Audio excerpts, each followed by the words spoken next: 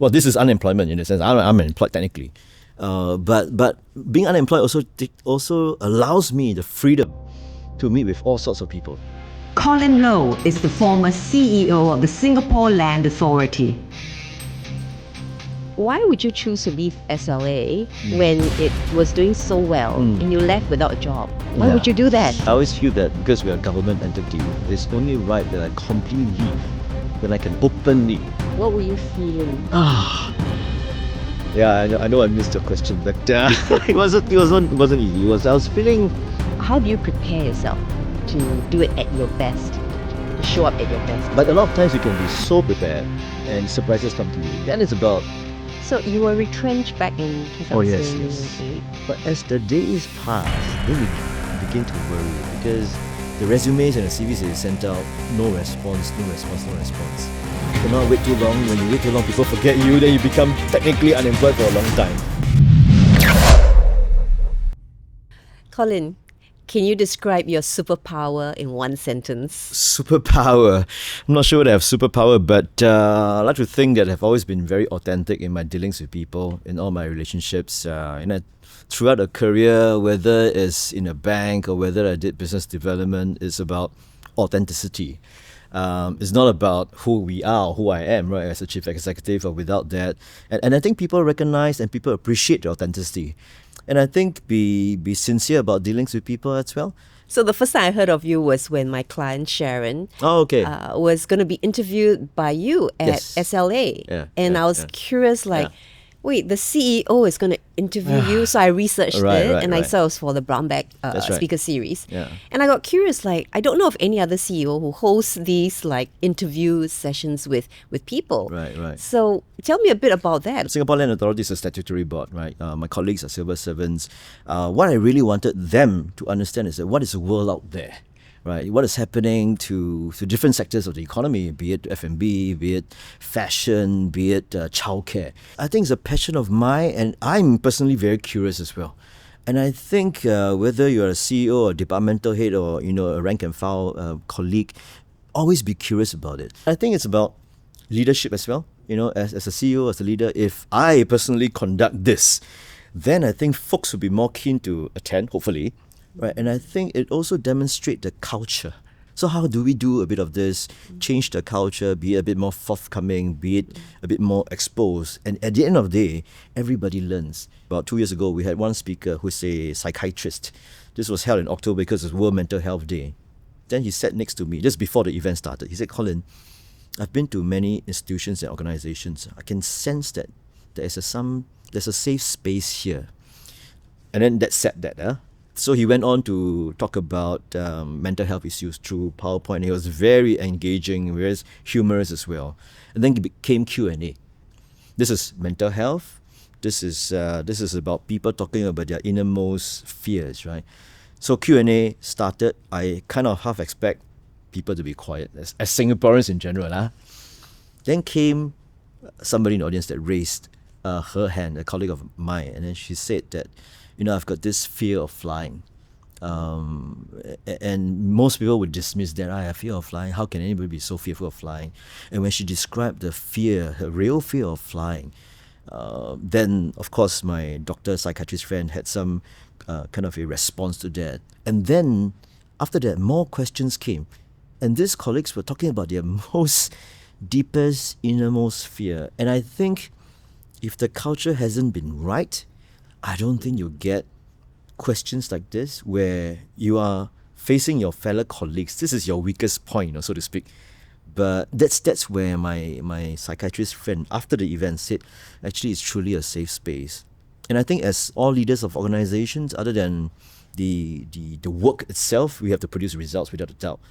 But culture is extremely critical. When I talk to my folks during town hall, I always say, culture of an organization is like the physical condition of a body, right? If you're physically conditioned, if you have to chase after the bus, you can chase after the bus. If you have to run away from a fire, you can do that. If you want to chase after your K-pop star, you can do that. So come what may, you can take it.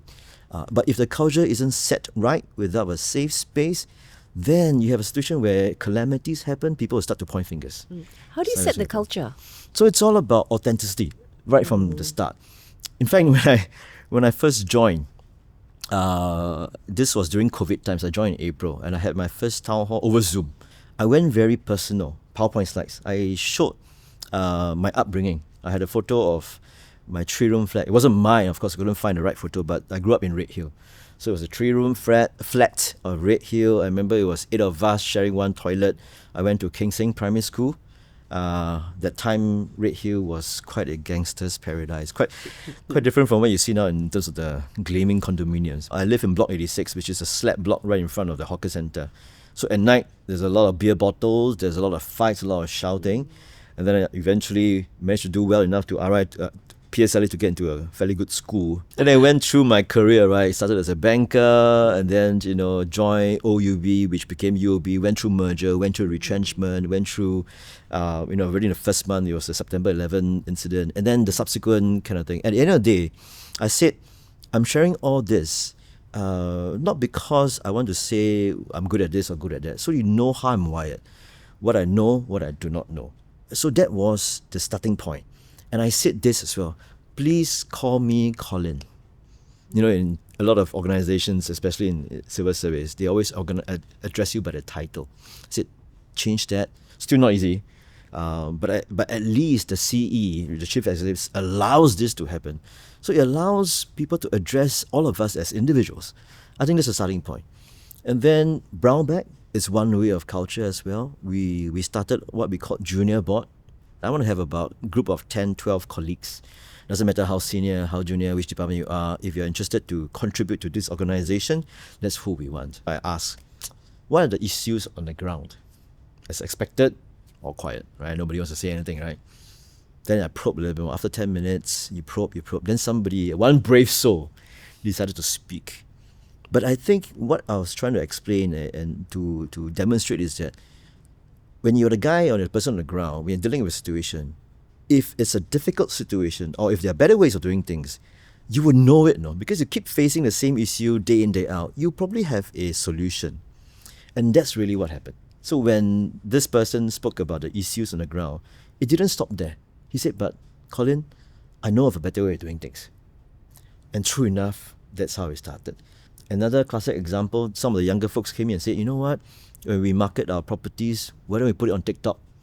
Why don't we put it on a fly-through? And this is what happened. If you look at the SLA social media, one thing led to another. It was a TikTok video when we did a fly-through of properties. Well, it got viral, a lot more engagement.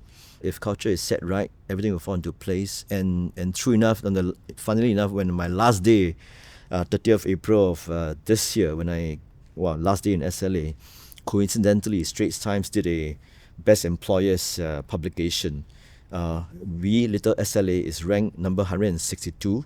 It may not seem a lot, but it's the first time SLA is on this list. And when I look at the folks the companies who are ahead of us, it's the larger agencies, more outwardly focused agencies. To us, to me, to the senior management, to the colleagues, this is a testimony. How did you feel when you left? Mixed feelings. Through the 4 years, through the culture, I think it's been a great culture.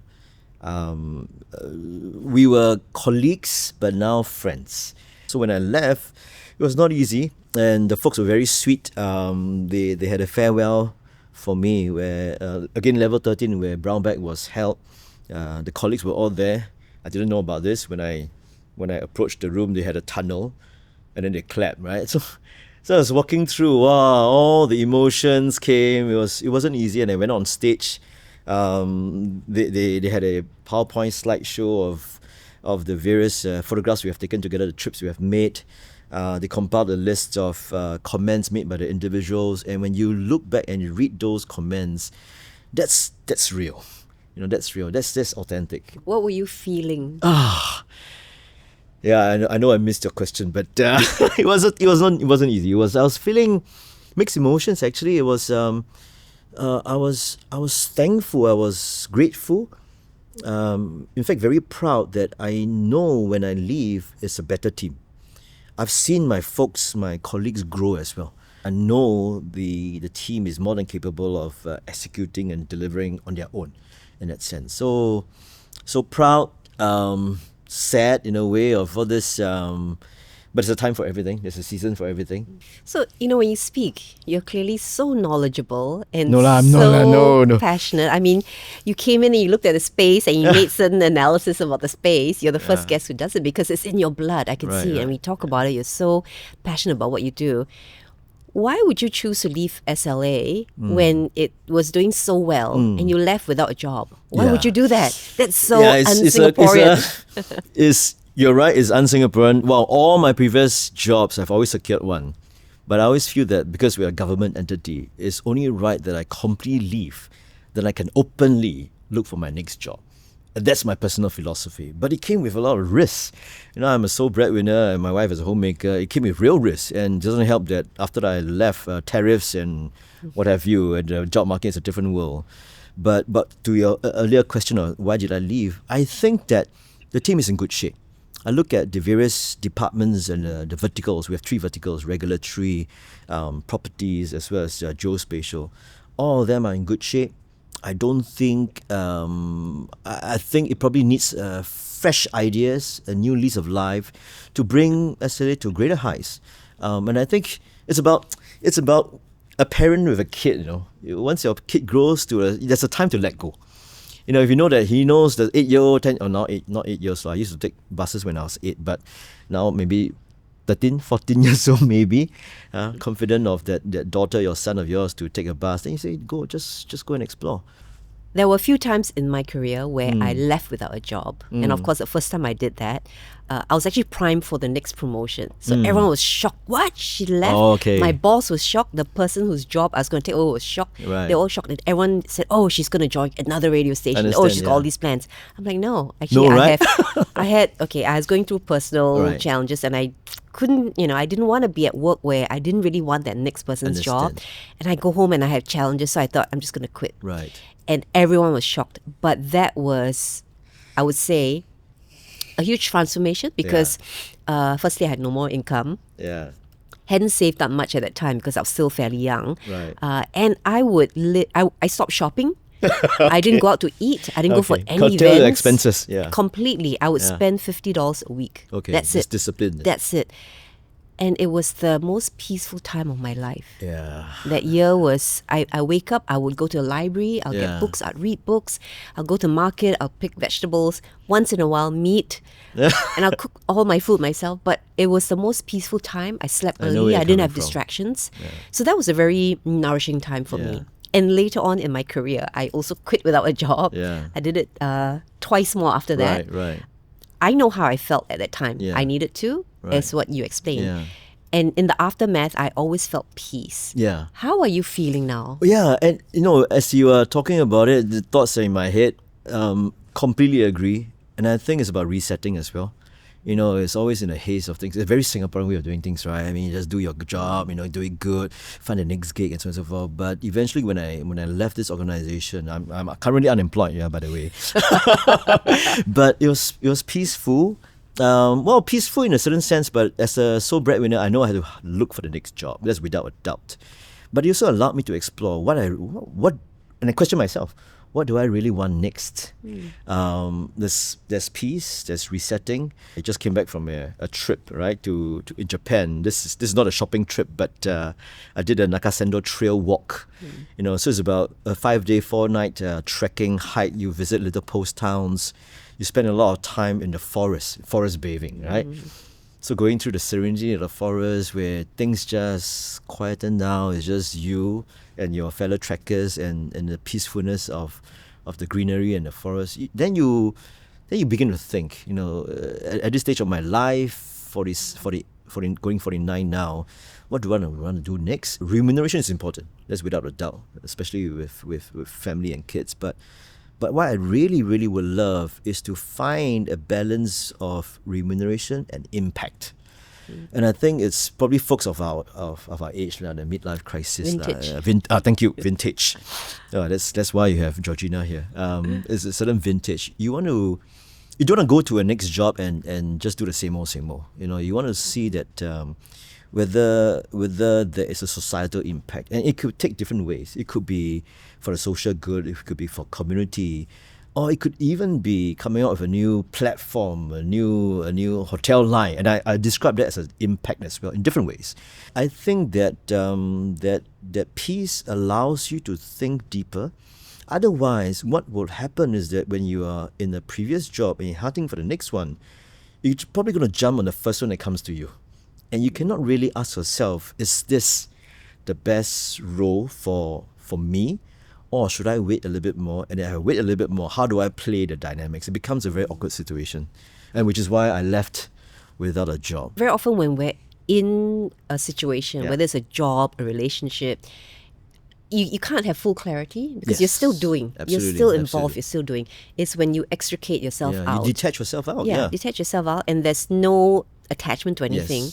Then that clarity may not come immediately, but over time when they call it stillness, right? You quiet everything else and you go inside yourself. And I'm so envious of that trip you did, that hiking trip. I need the itinerary. I want to go on that hike. Especially being in nature, it really shows you what is really important to you. Yeah. The funny thing is that, when people know that you're unemployed, they call you.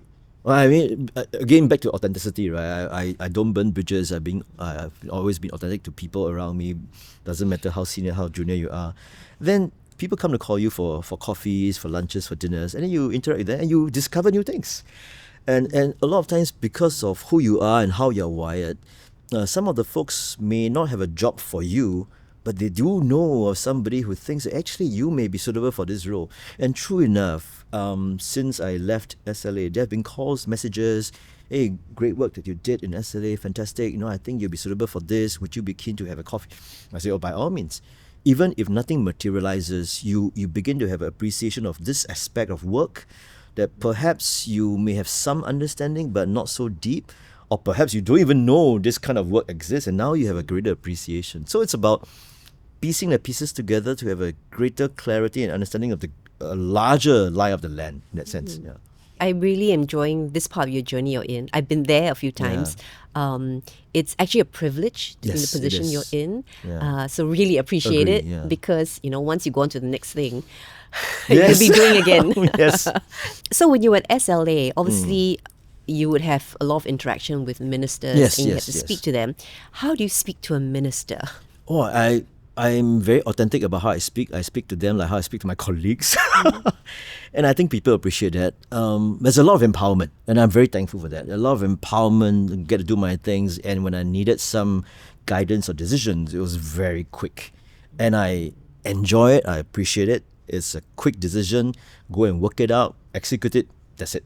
So it's not about, a lot of times people tend to fear and tend to over-prepare. Preparing is good, you need to prepare. But don't have to second guess too much. I always like to say it's like back in those days when Alan Greenspan was the Federal Reserve Chairman. There's an article about him in a bathtub. If he twitches his last finger, it means it's a certain thing.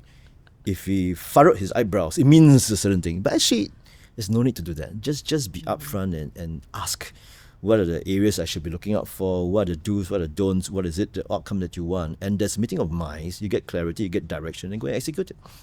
Yeah, I guess it's maybe for a certain vintage, the way we grew up, where the government, you're like, everyone's so scared of the government. It's that power distancing, right? Someone who is in a position of authority, we are,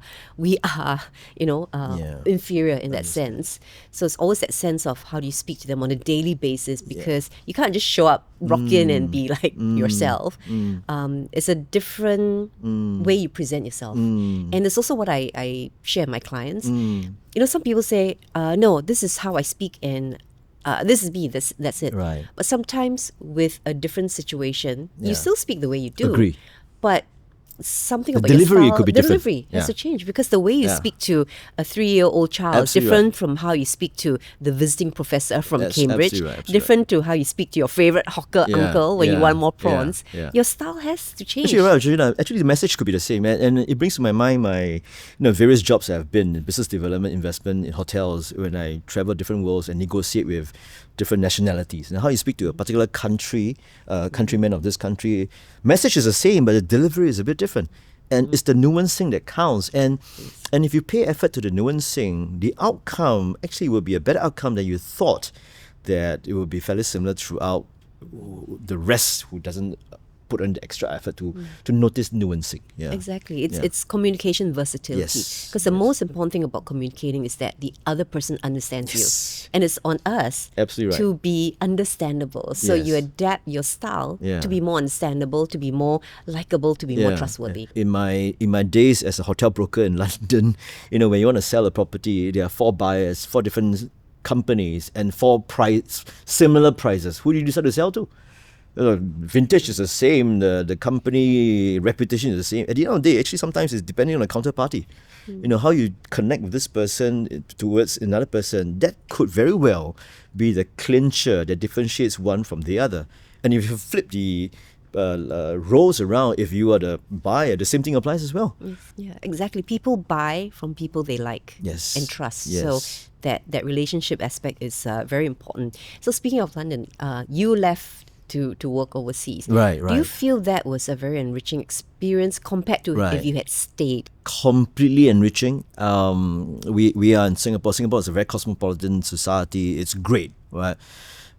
We only realize the greatness of Singapore when you go overseas. Actually, when you're traveling is one thing, but when you are living overseas, you begin to take a lot of things actually not for granted. Being in London, it's the capital of Europe, and I would say some parts of the world as well. You've got a lot of capital from different origins. The Russian money, the Middle Eastern money, you've got African money there. How do you then extricate yourself as a Singaporean? You're no longer in a Singaporean context, but in the international company dealing with international dynamics. How do you manage that? And then how do you manage your KPIs? Because your fees, your outcome is still there. So completely enriching experience. And for the family as well, for weekends we will book an Airbnb in Brighton, drive down south 2 hours, So it's all that appreciation of culture, of international dynamics. And I think I would really encourage all folks, the younger folks especially, to don't think too much, just go. And in fact, when I left for this job, my friends were saying, "Hey, you crazy? I was the head of investment for hospitality in Frasers, looking at hotel acquisitions, which is quite a nice role to have, right? This is not a situation where the company decides to post you from Singapore to London. This is a completely new employer, completely new role. I was always buy side. This is a sell side. This is not just me, the entire relocation of the entire family. But we all took it in a good faith, right? One door closes, another door opens, and I'm very thankful for the experience to be based there. Yeah. When I graduated from university, the first thing I decided was to pack up and go to Hong Kong and get a job. And my friends at that time were all very local. Right, we never traveled much. Said, "What? You're going to go? Hong Kong's not like Singapore." Right. And I had all this doom and gloom, like, how could you just go? And I didn't even have a job. I just packed and went off. But that was a very empowering experience because then I fend for myself, for Absolutely. one, and it was also meeting all these different people from all around the world that I would never have had the exposure Absolutely. to back then in Singapore. Right. It's different. Singapore's very cosmopolitan now, but back then you don't get that kind of daily exposure. And then I learned about different cultures. I learned about the different things in countries, the different language they use. Nuancing as well, Nuancing, everything. And that, I think that led to a lot of confidence in how whenever I meet people from other countries the way I communicate with much them, the way placed. I adapt, the way I change the way I speak to them. Understand. That I felt different when I came back. Right. And living and working overseas was an amazing experience. So you were retrenched back in 2008. Oh, was it 08? And this is obviously something that a lot of people are going through now. Yeah. Not just in the finance world, tech world, and many other spaces as well. How would you deal with it? Firstly, how did you feel? Yeah. And then how did you overcome it? I was with Ascot Group, and then I got a call from a headhunter to join AIG, Global Real Estate. I couldn't have joined them at a better time. I joined 1st September 2008. And the funny thing was that I actually booked a trip to New York with my wife. So I told my then boss, hey boss, I actually had planned a trip to New York in September 11, 12. So I was in New York that weekend. And that was the weekend where all things happened. Sunday, the next day, Lehman fell. Monday, AIG went in trouble. And I didn't know that because I was going around Niagara Falls and Boston. My friends texted me. It was still SMS. Colin, are you okay? I said, what, are you okay? That's where I began to realize, oh my gosh, AIG went in trouble. And this was 2008. we just bought our HDB resale flat, doing our renovation, going on this trip. It's one of those, you're in New York to shop, to holiday. Should you spend, don't spend? Do you still have a job when you got back? And when I was in New York, I saw literally when Lehman folks were retrenched, I saw for myself those guys were in their brown boxes. So came back to Singapore AIG. Obviously, we know the situation is different. So the mother company was trying to sell our platform, and you never know when the letter will come, basically. So we were still trying to do our work, but obviously it wasn't easy. You go to work every day, you're not even sure whether that's your last day of work. But eventually, after about 1.5 2 years, they managed to sell, but they had to retrench, let go of people. So out of about, I think, 17 to 18 of us, they kept only 3. I was one of those that were being let go. And then you begin to ask yourself, now, why me, right? But I think to those folks who are listening in, it's not about why you, it's just in the numbers game. They kept 3 people, they had to let the rest go. So it wasn't easy because, and I still remember it was 2010 when I got retrenched. My first bond was 10 months. So fairly new house with mortgage, a new bond. Then comes trying to reset, right? Then take this opportunity to see, is there something you want to do differently? But it's easier to say, but it's not easy to execute it. The first month, you're like, oh, freedom, need to go to work, although there's mortgage to pay, but thankfully I have savings. But then you begin to look after the baby, do the various stuff. But as the days pass, then you begin to worry because the resumes and the CVs that you sent out, no response. But I think, in short, to get out of that situation, I would say get plugged in, stay plugged in rather. Read widely, keep connecting, have copy with your friends who are still employed in your respective space and your journey, so that you're not out of the system, so you know what's happening. And a lot of times, if you don't engage yourself, after 2 months, it's very easy to forget about what the world outside is there. We didn't have Skills Future back then, right? So I would say leverage on Skills Future. The money is there. Go for your courses. Go for, and it may not be hard stuff. Coming back to what you mentioned, Georgina, it could be public speaking. It could be about how do you conduct yourself, how do you engage, how do you negotiate. All these are little skill sets that as a boss, as a leader of the organization, actually beyond your hardcore technical skills, I'm looking for the X factor. And that's what happened to me. And thankfully, after about 4 months, 5 months, I got a call for a role with my next employer, and I'm very thankful for that. But it wasn't easy. I know we've watched advertisements about Skills Future. I really encourage those folks who are in the current situation, unemployed, looking for things, get engaged, really get engaged. And don't be shy to try to get engaged. Meaning, don't be shy to ask. Yes. Ask for help, ask for support, ask for help, ask for leads, support. ask for openings. And Skills Future is one. I would say even social media, LinkedIn, right?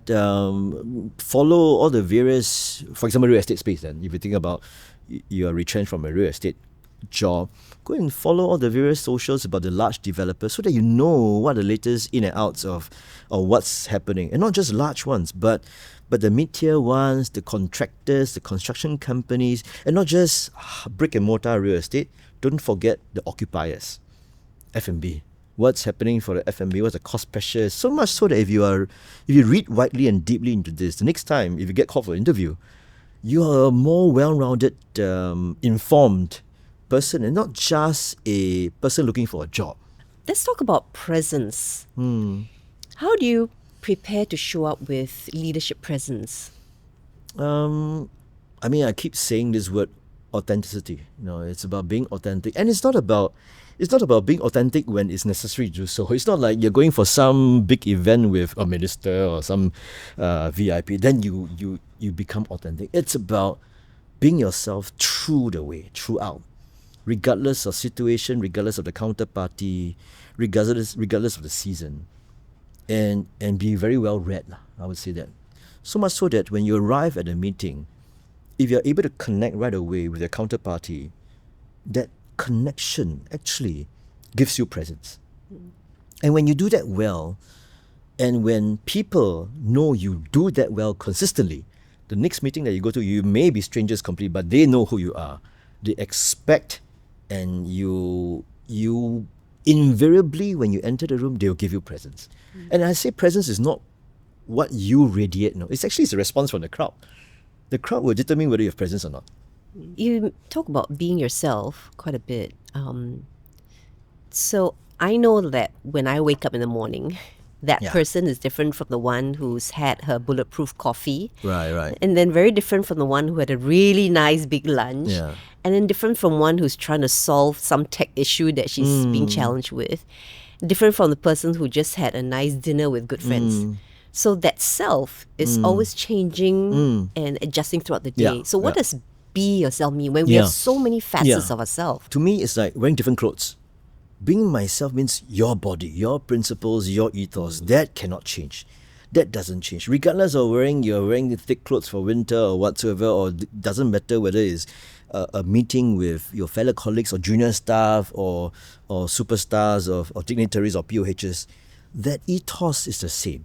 And I think if you are able to demonstrate that without fear nor favor, that is a very strong branding, a personal branding. So you do speaking and you've done interviews and public speaking. How do you prepare yourself to do it at your best, to show up at your best? I think be well read. I would say really prepare your material, prepare your notes, know the audience. That's a classic thing. You may be super prepared with your notes and your material, but if your audience expects something different, of a different vintage, then you got to nuance it accordingly. But a lot of times you can be so prepared and surprises come to you. Then it's about thinking on the feet, right? And I say this because if you are well read, thinking on your feet becomes more natural. You're able to pivot. And I think also delivery, your first 2 minutes, like in all conversations, you roughly know through responses and your interaction, body language, you know roughly this person, how he or she is wired. So no different from our audience, right? All the various brown bags, for example. I am the commonality. The brown bag speakers are individuals. The crowd could be similar, but sometimes it's that interaction of the brown bag speaker and the crowd. And as a moderator, I got to see and perceive and try to adjust accordingly. Some folks are quieter, and then you begin to probe more questions. You jibe with jokes, breaks their ice, and that allows the messaging to be delivered in a much better, and I would say the response, the receipt of that message becomes better. Yeah. Would you say you're a people person? I'm an introvert. I like to rah-rah folks. I like to build teams. And back to one of the earlier questions about success, when I see the team grow, it gives me a lot of success, a lot of satisfaction. So people person in that sense, but the irony of the situation, like I mentioned, kind of a chit chat before this, is that I'm an introvert. I've done a couple of Myers-Briggs indicator tests, consistently introvert. Meaning, if I go for an event, there's a cocktail event, I'm very, very happy with my glass of wine in one corner, just appreciating and looking at the lay of the land. And I would not approach. But if somebody decides to speak with me and we can hit it off and click, I can just share, just like this, I can share, right? So I do not know whether I'm a people person in that sense, but yeah, quasi-ba. So here's what a lot of people think about introverts. They think that introverts don't really like being in a social situation, don't like going up on stage to speak, cannot do it very well, and would prefer to just stay by themselves. But introversion, extroversion is actually about your energy. So introverts need to be by themselves to build up the energy. They like their alone time. They like being in nature. They like reading a book. Sounds like Nakasendo, which is what I did. Yes, which is what you love. Extroverts need the energy of people to make their energy. Yeah, the more people, doesn't matter if I know the people or don't know, I just need to be people. They feel alive.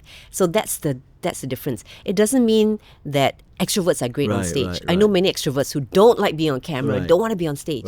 And no introverts who are great speakers. So it's got nothing to do with public speaking. It's about your personal energy. And once you understand this, you know how to harness your energy for the right occasion. So like with you, the situation calls for it, and over years of training, you know how to interact and put people at ease and socialize with them.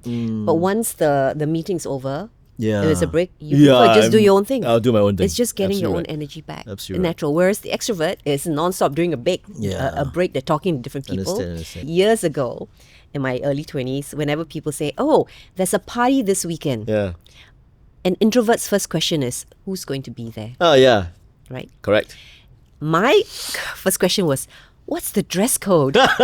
Obviously. It's clearly an extrovert because I'm like, party people, let's go. You're psyched up, really. But it was after COVID that, with being home, that I really enjoyed being home alone. I didn't want to talk to no one. Understand. I was happy to have my bulletproof coffee, turn on the YouTube, watch my master classes, listen to my ebooks, and I was really loving it. Yeah. The funny thing about introverts is that they read people. I think they read people well. And I give this example, SLA, my first few, I would say even months, I did nothing, I just read body language. I had one-to-one, conversations, coffee, understand the lay of the land. And that's what I think introverts are, they are pretty good at that, at observing the lay of the land. And when necessary, then this whole persona can come through in a different way. But the persona that came through is your time, is a benefit, it's a consequence of the little time of research, in lack of a better word, of understanding. So it's not like a typical extrovert where, bash in and just click. Because introverts like the inner world. Yeah. That's where they analyze and they observe and they come to conclusions before they actually react, respond, or speak. Understand, yeah. And that's the only difference. So it's about understanding your own energy and how to use it. What are you doing now to create your next chapter? Meeting a lot of different people. Yeah, I mean, no different from just now your question about being retrenched. Well, this is unemployment in a sense. I'm unemployed technically, but being unemployed also allows me the freedom to meet with all sorts of people. So I've been meeting a lot of different people from the industry, not from the industry, and exploring what I think would interest me more. From a career perspective. At the same time, also I'm the head of a household. The family has to be taken care of. So there is this balancing act that needs to be weighed in. So it's a lot of meeting folks and catching up, actually, really catching up. And again, no agenda conversations. I'll give you an example. I had a lunch with this person about 2-3 weeks back after I left. I thought it was just a thank you lunch, and then the person actually said, I like what you did here. I run this company. I do all these things. It's up to you what you want to do. Like, oh my gosh, it's like an open call to... Then I conversely ask him, I wouldn't know your company well. Could you, in your opinion, let me know, based on what you understand about me, what are the top 3 things that you think I can fit in? So it's conversations like this. And funny enough, a lot of times, because of who you are and how you're wired, one may think, because it's real estate all my life, it's very natural for real estate people to call me. But actually, sometimes it may not be. And I think people at a certain level, if you're able to demonstrate leadership in different ways, about problem solving in different ways, I think folks will appreciate that skill set, not as a hardcore industry specific skill set, but they recognize this skill set is fairly transferable. And I've got calls like this as well. So I'm still deciding, still thinking around, but cannot think too much, cannot wait too long. When you wait too long, people forget you, then you become technically unemployed for a long time. So I'm hoping to seal something as soon as possible. Let's pretend your ideal boss or employer is in front of you. Yeah. Oh my. What would you want to say to this person? Oh, I would say I want to create impact. I look at your portfolio, your work, your company. I'm confident in doing this and doing that. But what I really want to do is that beyond this monetary returns, is there another angle, impact, that can make this journey more worthwhile? Perhaps even find new customers in different ways. Like I said, impact could be the social community impact, or it could be a creation of a new vertical. And for someone who wants to get into real estate and do very well, what are 3 actionable things they can do? I would say read widely, man. Read widely on the supply side, on the demand side. Supply meaning read about government land sales, residential asset class, how much stock is coming up, what's the pricing, what's the latest bidders, who are bidding for residential, what are the commercial office transactions that's happening, who is selling what, who's buying what, and not just in Singapore. Regionally, is the office market in US, New York doing well, LA doing well? Why is Hong Kong vacancy rate so high, but Singapore vacancy rate is very low? So read a lot of things about from the supply side and be as curious as possible and read widely in the sense that don't just read about residential, read about office, read about hospitality, hotels, read about co-living, read about retail. So read the supply side, read the demand side, be as exposed as possible to different asset classes, different jurisdictions, different geographies. Then you have a better lay of the land. And when you read widely, when somebody, a stranger or a counterpart you never met before, a risk guy, talks to you, somehow your brain will work in a mysterious way. Hey, this one will fit in nicely into this piece. I think the second thing I would say is that social media. You have LinkedIn now, right? Last time we didn't even have LinkedIn. Like I mentioned earlier, follow all the developers, the big companies, the mid-sized one. I mean, it's not difficult, just follow them. So much so that as and when there's new newsworthy article, you get information. Lastly, like we mentioned earlier, get plugged in through, and don't be afraid to ask to meet up with folks. And LinkedIn is such a powerful tool. All my connections that I've done, in fact, all the various brown bags, with the exception of the psychiatrists whom I know from my secondary school days, I only knew all of them through my years in SLA. And funny enough, a lot of times it's a LinkedIn message. Not sure whether there will be a response, but thankful it led to a response, and coffee, it led to one thing another. It's the same thing. I wrote to you on LinkedIn. Oh, yeah. And here we are having a conversation. Exactly. Yeah. Having a podcast. Thank you for joining me on my show, Colin. Pleasure. And, this is the first time I had such a long in-person conversation with you. And I can feel your energy and your passion. From the moment you came in, you're looking at space, you were analyzing it. And it's such a joy to see someone who is so deeply knowledgeable and passionate about what they do that just comes naturally.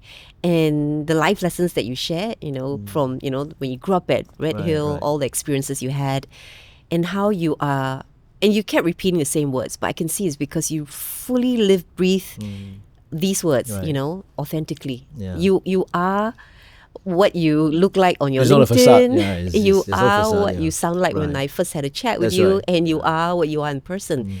That energy is so genuine and so true and so vibrant. So thank you for sharing that with us today. Thank you very much. Oh, you're going to make me tear, man. The closing remarks. Thanks very much, Georgina. Thank you. Pleasure to be here. Can you draw out your lifeline for me? Draw up my lifeline. What do you mean? Red Hill is a gangster's paradise, but I took delight in growing up in gangster's paradise because I began to experience a lot of things. It's a tough location, tough neighborhood in terms of socioeconomic status. You would say it's very low, but I rank it high because I learned so many things interacting with my neighbors. I did well enough for my PSL to go to RI, and it really exposed me very differently in terms of the makeup, the people, the culture, the friends that I have. Then after that was just a horizontal line, is through university, through work, career, and so on and so forth. And I think to me, UK was a little bit of a high point as well, because as a boy growing up in Red Hill, I would never imagine doing hospitality. I would never imagine living in London. So to get posted there and to be the head of a property unit out of London looking after Europe, to me that's a high point to me. But it wasn't that long because my dad fell sick, and that's why we had to come back to Singapore. Well, it wasn't because of that, but somehow things happened that way. So parent falling ill is a low point lah, but let's see how we can get it out of it. And then after that, became the CEO of the REIT. That's my very first CEO role. I remember my first set of results as a CEO of the REIT. It was very good results. I think it was 28 January 2020. There was the first case of COVID in Singapore from Wuhan. So after that, it just went downhill. I think be appreciative that one thing led to another. So then SLA came.